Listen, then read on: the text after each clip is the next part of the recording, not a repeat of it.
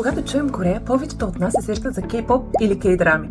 Но в Корея много обичат и състезанията. След драмите и филмите, сървайвал предаванията минават на преден план. Останете до края на видеото, защото най-новата тема за сървайвал шоу наистина ще ви изненада. Първите формати, които стават огромни хитове, бяха музикалните. Създаване на кей-поп айдол групи като Produce 101, също така в хип-хоп жанра като Show Me The Money и High School Rapper. Всички те създават много звезди. После идват и танцовите формати. Когато Street Woman Fighter излиза, начинът по който в Корея се възприемат танцорите се промени напълно. Те вече не са просто бекденсери, те създават изкуство и поставят нови тенденции. След това сила и издръжливост. Със съпруга ми изгледахме всички сезони на Physical 100. Стана глобален хит. Логично, отново публиката поиска нещо ново. Тъй като K-Food завладява света, беше въпрос на време да се появи кулинарно сървайвал предаване. Чували сте за Cookback Yorisa или Culinary Wars? Сезон 2 излезна наскоро и интересът е толкова голям, че ресторантите на шефовете, които участваха в предаването, са резервирани за месеци напред. И тогава си казах,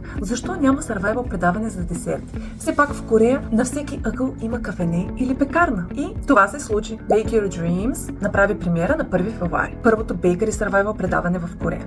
Изгледах първите 2 епизода и мисля, че ще продължа. Разбира се, няма как да пропуснем и K-Beauty. Миналия октомври се излъчи първото мейкъп сървайвал предаване. Just Makeup. Гримьори от целия свят, които представят K-Beauty, се състезаваха в креативни мисии за грим. Много вдъхновяващо, особено за хора, които се интересуват от K-Beauty. И сигурно се питате, какво още могат да измислят? Корея казва: мислите, че сме изхабили всичките си идеи? Помислете пак.